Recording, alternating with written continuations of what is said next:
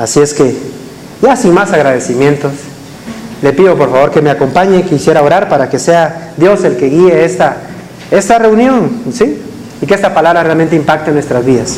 Gracias, Padre, te damos. Gracias, Señor, en este tiempo. Gracias por tu palabra, que es viva y eficaz. Gracias, Señor, porque tú nos adviertes a tiempo, Señor, de las cosas que nosotros debemos cambiar. Ayúdanos, Señor, a ser humildes, a poder aceptar tu consejo, a dejarnos premiar por tu consejo, Señor, para que podamos caminar en aquellas cosas que tú decidiste de antemano que nosotros podíamos hacer, y que desechemos todo aquello que a ti no te agrada. En el nombre poderoso de Jesús te pido, Señor, te pido, Espíritu Santo, que tú nos guíes a toda verdad, que redarguyas del pecado a todo aquel, Señor, que no está haciendo lo bueno, y que hoy, Señor, podamos salir renovados de nuestro entendimiento. En el nombre poderoso de Jesús. Y la iglesia dice: amén. Amén. ¿Sabe que aprendí todo esto? Lo que estaba mencionando, que lo importante es que esta visión de remanente no depende de un hombre o de una mujer, o de una persona en particular, sino que aquí todos somos necesarios, como un cuerpo unido, que es la iglesia, ¿sí? Todos somos necesarios, y unidos somos suficientes para poder desarrollar la obra de Dios, porque la cabeza es Jesucristo, ¿sí? Así es que, gracias nuevamente. Pero hoy quisiera que meditáramos en uno de los Telim, como se le llama en hebreo. Entonces, Telim, que normalmente es el uso de la palabra en hebreo, Telim, que significa salmo, pero yo creo que estamos más familiarizados con la palabra griega, que es salmoi, ¿sí? ¿Qué es un salmo? Un salmo es una alabanza, un salmo es un himno, un salmo es una composición de alabanza hacia Dios, ¿sí? Eso es un salmo. Pero me llama poderosamente uno de sus significados, que es un himno. Y cuando usted escucha la palabra himno, al menos yo cuando la escucho, pues a mí me evoca un sentido de algo que requiere solemnidad, ¿sí o no? O al menos en mi tiempo, cuando nosotros, o cuando yo estaba pequeño, el himno nacional había que conocerlo, teníamos que memorizarlo. Y no solamente memorizarlo, teníamos que cantarlo. Era importante, era solemne.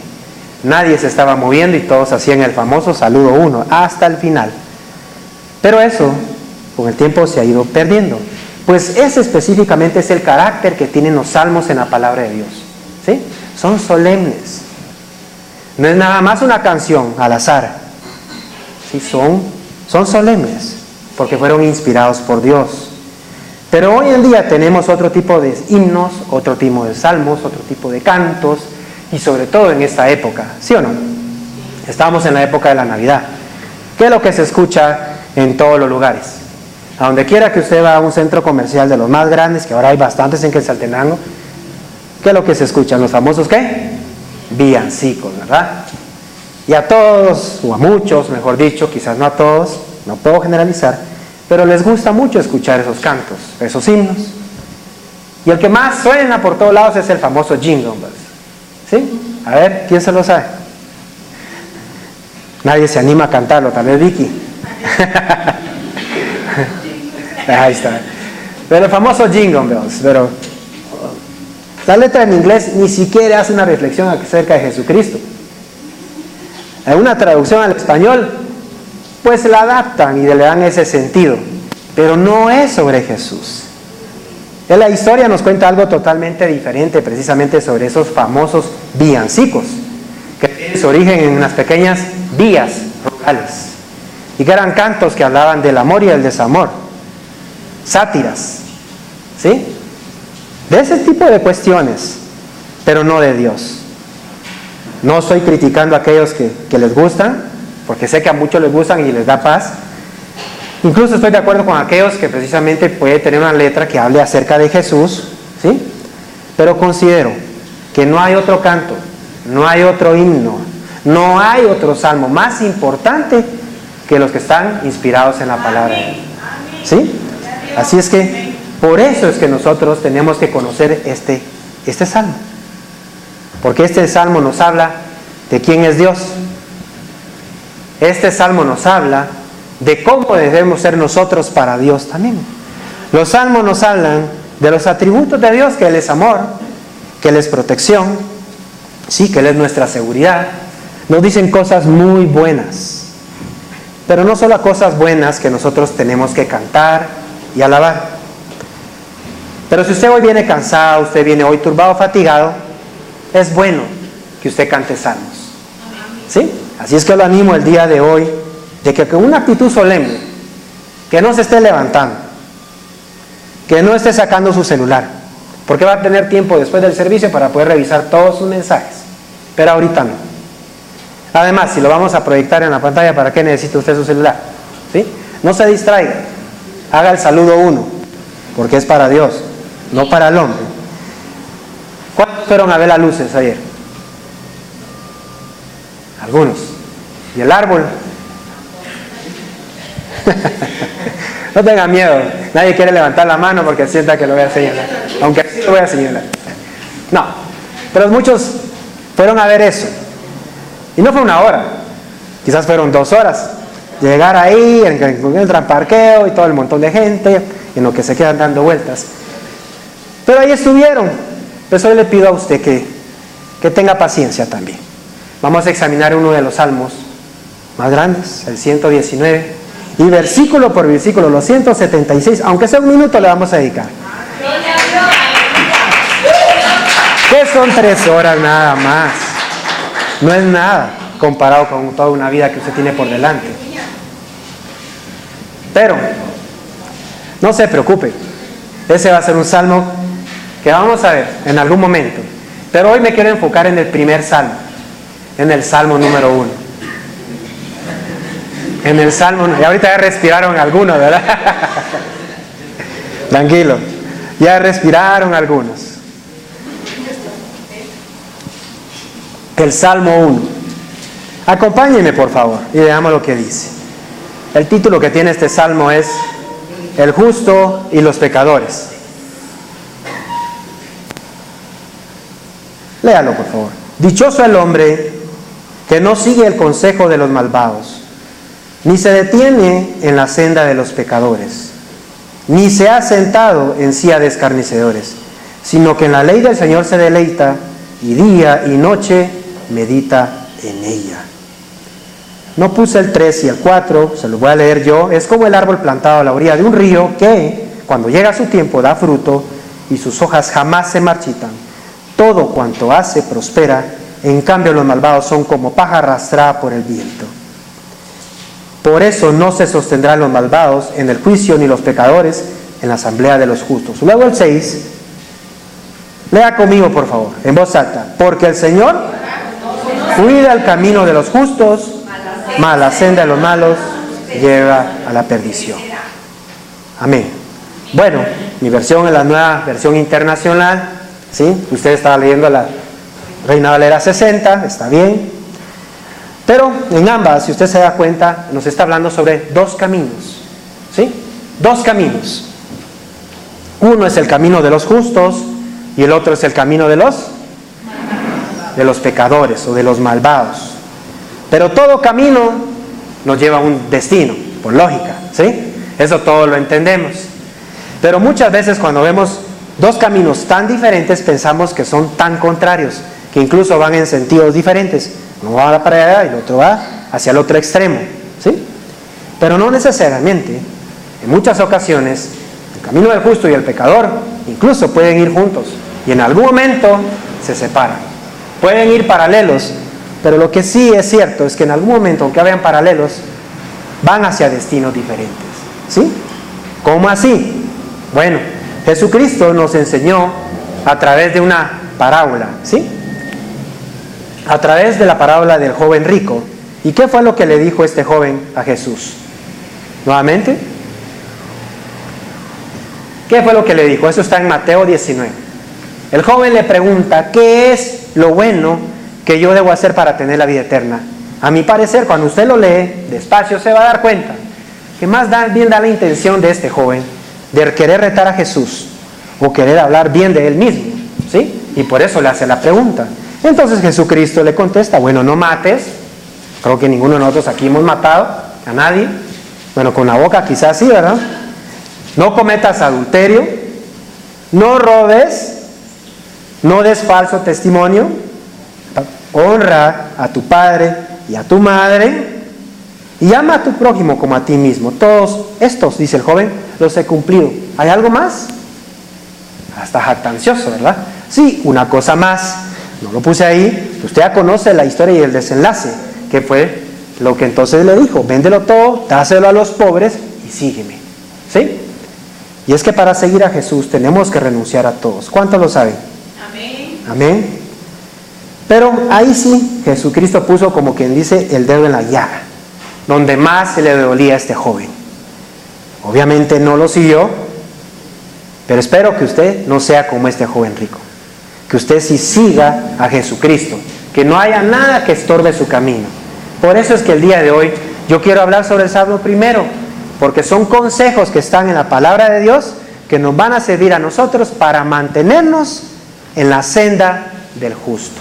¿Sí? ¿Cuántos justos hay acá? Amén. Entonces este tema es para usted. ¿Estamos? Primer consejo.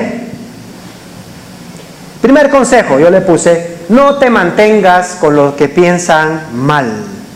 Ya leímos la nueva, yo le leí la nueva versión internacional.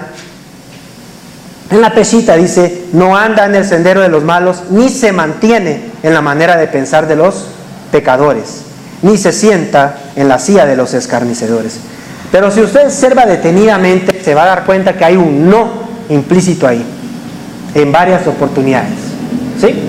No se siente, no se detenga, no cultive, no ande, no se mantenga, no lo haga. En pocas palabras, lo que está diciendo el Salmo es: no lo haga, no lo haga. Ese es el consejo que nos está dando en el primer versículo, que no debemos hacerlo. ¿Sí? Pero bueno, también en este primer versículo nos damos cuenta de que nuestros caminos se van a cruzar en algún momento por aquellos que no andan haciendo lo bueno. Y eso no lo vamos a poder evitar.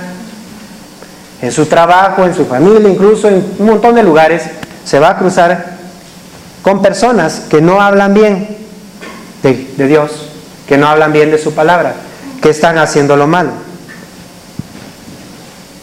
A menos que usted no se relacione con nadie y sea de aquellos que viven en una montaña, ¿verdad? Como un ermitaño que no quiera relacionarse con nadie, pero aún ahí, como dice mucha gente, ¿verdad? La soledad es mala consejera. Todos necesitamos relacionarnos con alguien más.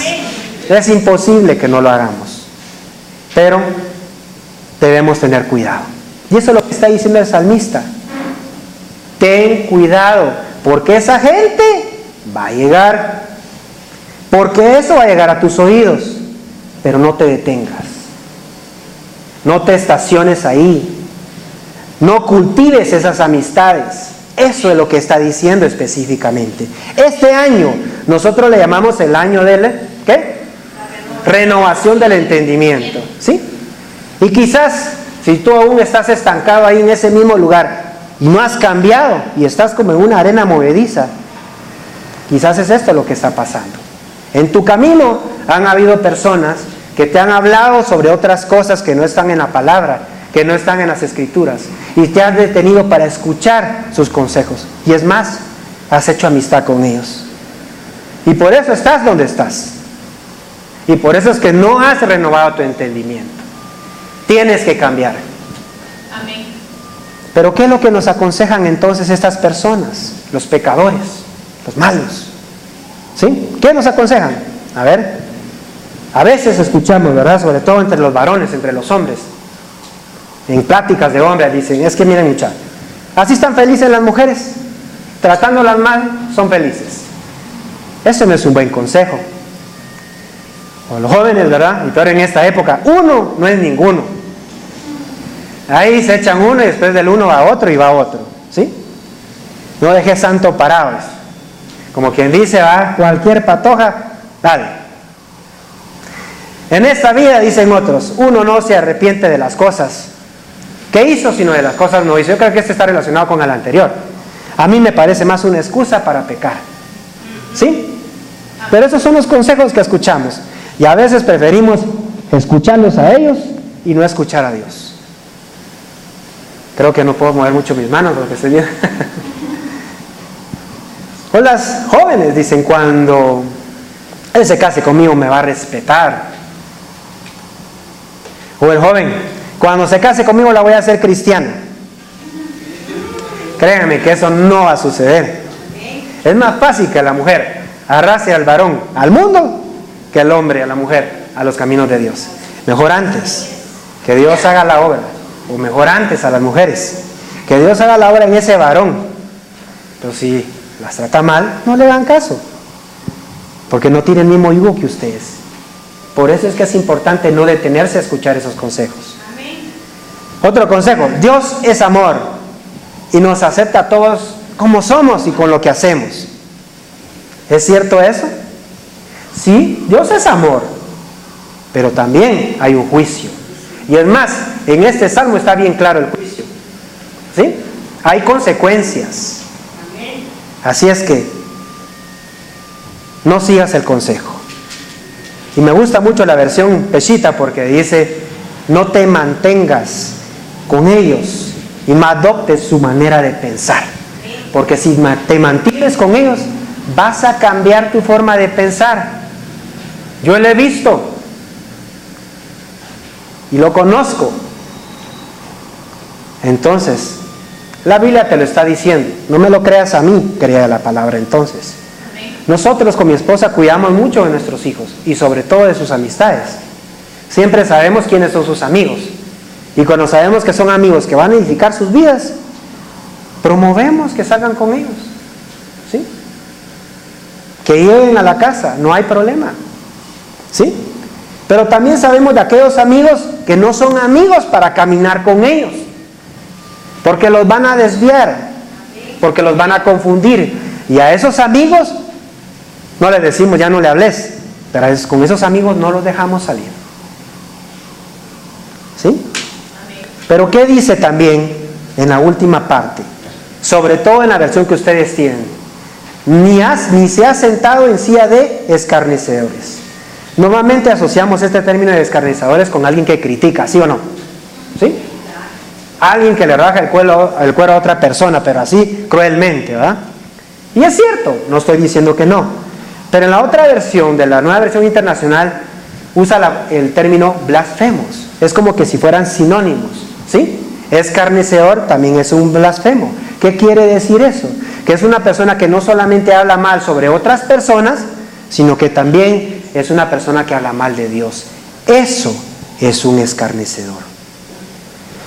Pero ya estudiando y meditando detenidamente este salmo, a mí me da la impresión de que cuando leemos el salmo detenidamente, ¿sí?, y cambiamos algunas palabras, en vez de ser negación, afirmamos. Yo podría leer este salmo de esta manera, en el primer versículo: el hombre miserable, lo opuesto a dichoso, es el que acepta el consejo de los malos, que adopta la manera de pensar del pecador, que estará sentado en silla de escarnecedores y blasfemos. Entonces, es una consecuencia, ¿sí? La última parte es la consecuencia de que ustedes se asocien con ese tipo de personas. Y es una alerta. Estás a tiempo. Estamos todos a tiempo de cambiar.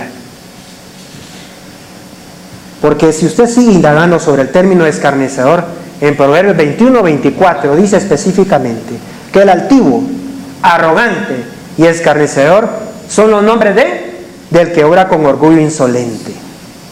O sea, no sea un orgulloso insolente, porque eso es lo que usted es. Porque usted ofende a Dios cuando le cree más al mundo que le cree al consejo de Dios. Usted es un orgulloso insolente. Esas son las obras de aquel que no lo respeta. Así es que ese es el primer consejo. ¿Se da cuenta? Qué interesante el salmo. Ahora vamos al segundo consejo. ¿Les dije cuántos consejos eran? 10. 3 consejos son realmente. Solo 3 consejos, así tenga paciencia. Segundo consejo: deleítate, diga conmigo, deleítate en la ley del Señor. Bueno, en el versículo 2 dice que este hombre dichoso se deleita en la ley del Señor. y día y noche medita en ella.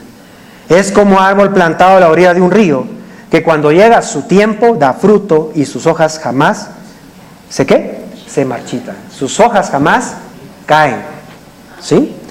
El texto no dice que este hombre dichoso se deleita en las promesas. ¿O dice así? ¿O yo leí mal? ¿En qué se deleita? En su palabra de día y de noche. En su palabra, en la ley. Y cuando usted escucha el término ley, ¿qué le viene a su mente? Son normas, ¿sí o no? Son reglas, son principios, son cosas que nosotros tenemos que respetar, son cosas que tenemos que obedecer. Pero también una ley tiene consecuencias, ¿sí o no? Cuando no se cumple la ley, hay consecuencias. ¿Sí? Entonces, si no cumplimos la ley de Dios, vamos a tener malas consecuencias. Ajá. Pero ¿qué deleite hay en la ley? Díganme ustedes. ¿Cómo así deleite? Porque muchos en este tiempo solo andan detrás de las promesas, ¿sí o no? Y no les interesa cumplir la ley.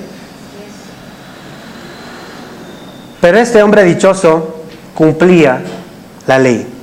Y es más, en el proceso de obedecer la ley, la palabra de Dios, era feliz. ¿Cómo así? Bueno, yo conozco una persona que le gusta viajar. Y créame, que si ella pudiera viajar todo el tiempo, no la miraríamos aquí nunca en la iglesia. ¿Sí? Porque se deleita viajando. A mí específicamente me gusta el pastel de chocolate. Si usted me quiere regalar uno, ya sabe qué regalarme, de chocolate. Y si pruebo un poquito, me lo quiero comer todo. No le voy a compartir, lo siento mucho. Pero me gusta mucho, me deleita mucho. Pero esas son cosas que deleitan, ¿sí o no? A los sentidos. Pero la palabra de Dios muchas veces tiene cosas que debemos dejar de hacer que a nosotros nos gustan. ¿Sí? Pero tenemos que hacerlo. Y tenemos que disfrutarlo. ¿Qué nos pide entonces la ley de Dios a nosotros que hagamos? Nos piden ciertas cosas. Todos queremos ser prosperados, ¿sí o no? Todos queremos ser ricos. Pero muy pocos quieren ser honestos. Pero la ley dice que tenemos que ser honestos. Todos queremos tener un buen matrimonio, ¿sí o no? ¿Sí? Queremos tener un matrimonio de éxito. Pero la ley dice que tenemos que perdonar, ¿sí? Que tenemos que proveer, que tenemos que sujetarnos. Todos quieren respuestas de Dios y así, ahorita, ahora. Pero ¿qué dice la ley? Tenemos que orar. Pero pocos vienen a la oración. Todos quieren ser nuevamente prósperos, ¿sí? Pero ¿qué dice la ley? Tenemos que ser fieles. Pero pocos quieren ser fieles, muy pocos. Todos quieren que a sus hijos les vaya bien en la vida. Pero no se sientan a enseñarles la palabra de Dios y piensan que con estos 60 minutos es más que suficiente. Estando estudiando precisamente en esta maestría, una de las teólogas tuvo la experiencia de haber compartido con familias musulmanas y le llamó poderosamente la atención que esa gente no cambia sus principios. Cuesta mucho evangelizar a un musulmán. ¿Pero por qué es? Algo que le llamó ya la atención es que el hombre, porque en esa familia dice que la mujer era cristiana, pero el varón, el esposo, era musulmán. Pero todos los días y 3 veces al día le enseñaba el Corán. ¿Cómo se puede competir contra eso? ¿Cuántos varones aquí hacen lo mismo?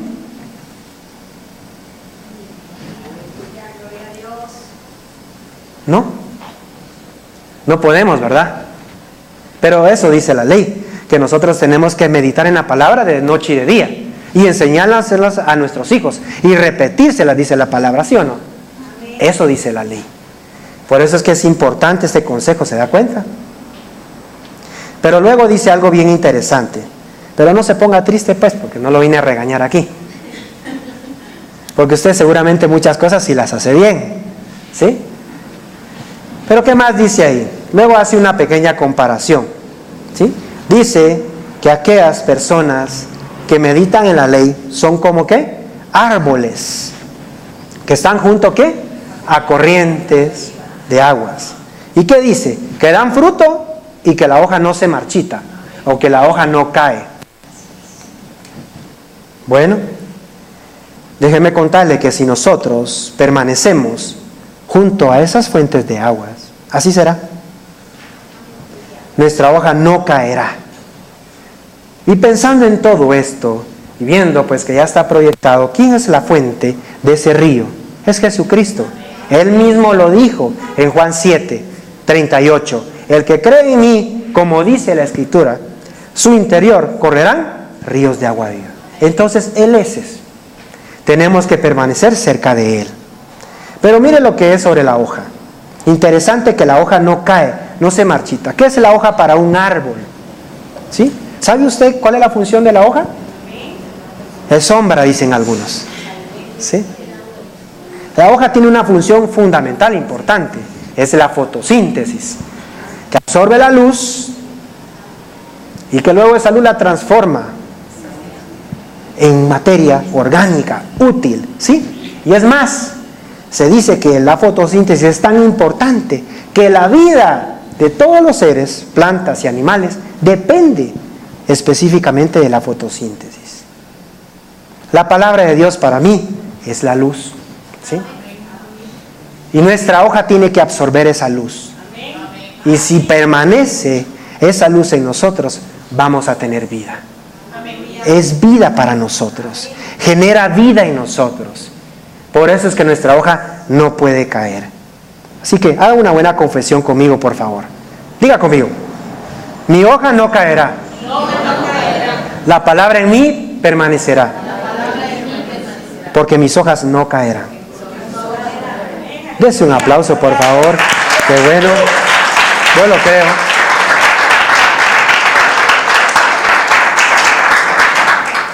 Tercer consejo y último: emprende con Dios y serás prosperado. Vea lo que dice en el versículo 3, en la parte final.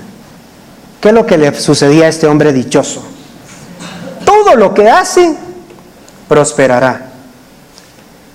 ¿Cuántos quieren que todo lo que hagan prospere? Amén. Amén. Luego dice en el 4: no así los malos, que son como el tamo que arrebata el viento. Otras versiones dicen como la paja que arrebata el viento. Aquí está su promesa, fíjese. Ahí está la promesa. Así es Dios de bueno. Nos da leña un poquito, pero nos tiene ahí la promesa. Pero la promesa es una consecuencia de algo más. Si usted quiere esa promesa, usted primero hace el versículo 1, ¿sí? Y el versículo 2. Para poder obtener esa promesa, que todo le salga bien. ¿Estamos? Hermosa consecuencia. Yo quiero eso realmente. Si yo me deleito en su palabra de día y de noche, y encima de eso me alejo del escarnecedor y no me siento en su silla, y no escucho el consejo de los malos, y no permanezco y no cambio mi forma de pensar, obviamente todo me va a salir bien. Pero ¿qué es el tamo? ¿Saben ustedes qué es el tamo? ¿O qué es la paja? El tamo, la paja, no tiene peso, no tiene raíz. Es un subproducto. Cuando el proceso de triar la semilla del trigo, el trigo, entonces se desprende ese tamo, esa paja menuda que dice la Escritura. Es algo que no pesa. El airarla, entonces se desprende. ¿Sí? Eso es. ¿Y saben quién es el triador? El triador es Jesucristo, dice la palabra de Dios. Que Él va a recoger a su trigo y la paja la va a quemar. Pero usted es trigo. Yo declaro que usted es trigo. Usted es trigo. ¿No lo cree usted?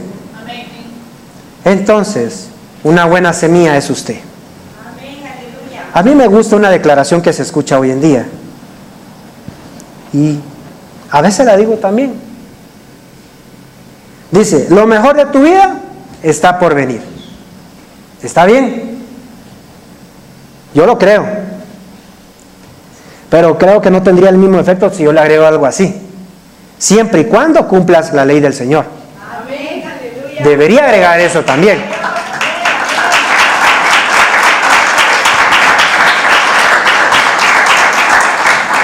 Le voy a pedir a David. Pero si le pongo eso, obviamente eso no tendría tanto impacto. O quizás a muchos lo desinflaría. O el ánimo se les vendría para abajo. O dirían, así. Pero es la verdad. Y como yo predico la verdad, si usted no hace algo bueno, usted no va a ser bendecido. Si usted espera algo bueno, entonces tiene que obedecer la palabra de Dios. ¿Lo cree usted? Entonces van a venir esas cosas. Pero concluyo con esto. El Salmo 1, en los versículos 5 y 6 dice, Dios conoce tu camino. Por tanto, no se levantarán los malos en el juicio, ni los pecadores en la congregación de los justos. Porque Jehová conoce el camino de los justos, mas la senda de los malos perecerá. Dios conoce tu camino. Dios sabe cuáles son tus horas. Y usted decide. Los caminos ahí están. Dios no va a obligar a nadie a caminar en sus sendas. Esa es decisión de cada uno de nosotros. Pero yo te animo a que escojas la senda de la vida. Así es que este es un tiempo para que usted, en su lugar, medite en esta palabra. Si quiere, pongámonos de pie, por favor.